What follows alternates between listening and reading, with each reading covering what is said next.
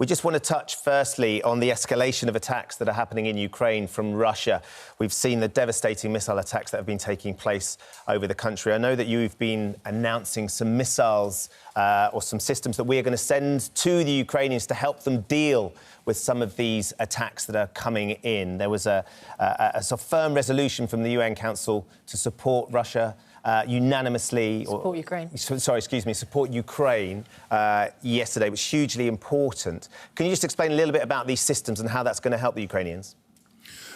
Yes, well, what we saw over the last couple of days is Russia's attack on civilian targets, civilian infrastructure in Ukraine, using cruise missiles. We saw those attacks deep into Ukrainian territory in response, I think, to Ukraine's fantastic success in the south and east, pushing back against Russian aggression. The Ukrainians, when I spoke to the Ukrainian foreign minister in the aftermath of those attacks, he said he needed more support defending Ukraine from the skies. So the Defence Secretary has today announced that we will be supplying AMRAAM, those advanced mid-range air-to-air missiles. Those can shoot down those cruise missiles that Ukraine has been attacked with by Russia. I'm not going to go into details of exactly when or how many or that kind of stuff. That is operationally sensitive. But it's about our continued support for the brave defenders of Ukraine so they can continue to successfully push back against Russian aggression. And at the United Nations, what we saw at the General Assembly was a very widespread international condemnation of Russia's illegal annexation of southern and eastern parts of Ukraine. Almost complete unanimity of voice. Okay. Russia really isolated on the world stage. Yeah. And this demonstrates how strong the international coalition of condemnation is. And support for Ukraine, hugely important. All of this costs more money. How are we going to pay for the mini-budget, the billions of pounds of tax cuts? From your announcement today, what people see is more spending. Are we going to have to cut other areas? Are we going to have to borrow more money? Or are we going to have to do another U-turn on the mini-budget? There is some suggestion that the corporation tax rise, due to go ahead in April, which was reversed by the Chancellor, might now be brought back in.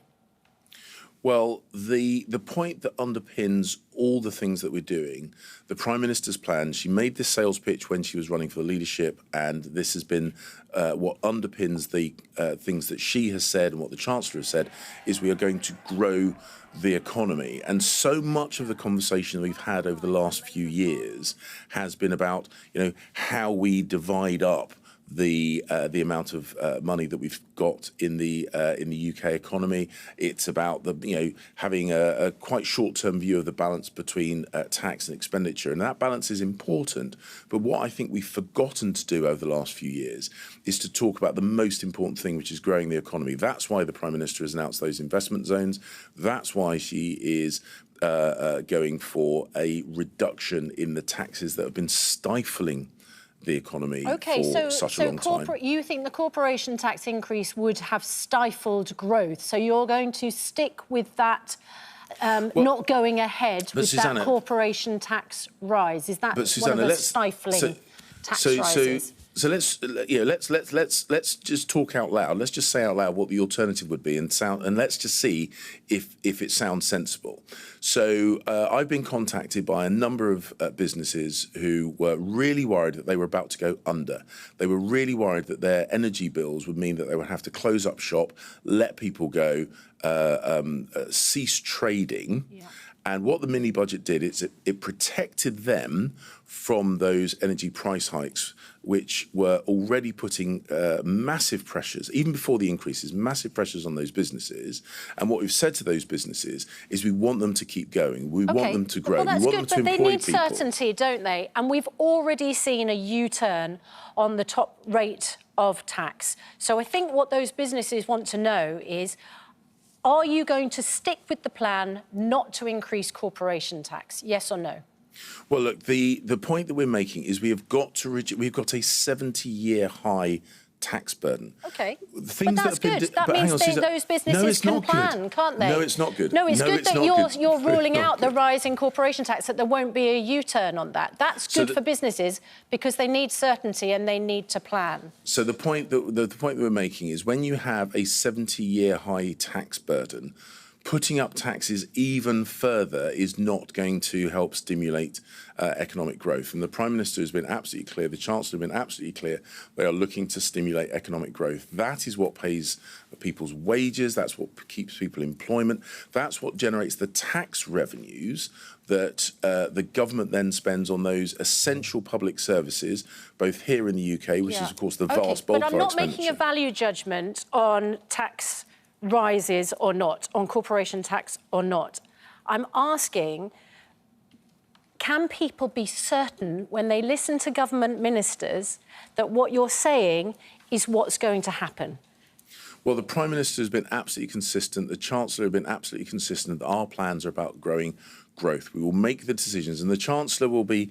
We had the mini budget early in the year so that we could address those most immediate concerns, like the potential increase in energy bills, the huge increase in energy bills that we've now averted. So we had to move then.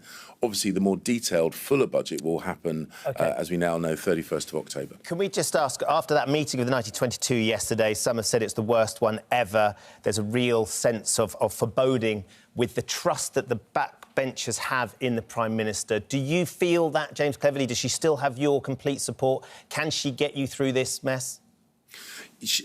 So yes is the simple answer to that. Yes, I do trust her to deliver on the promises that she has made, because the plan that she has set out is a traditionally conservative plan, which is about being a careful custodian of public finances. That's incredibly important. It's about allowing people to keep more of the money that they have earned, and it's about growing the economy. And the point I would make to the critics is the three things that she has set out. She's protecting the people that need protection the most, particularly from those energy price rises. She's going for economic growth, and she has said that we need to address the long-term challenges in terms of like energy dependency on Russia and that kind of stuff. Which one of those things do people think we should not be doing?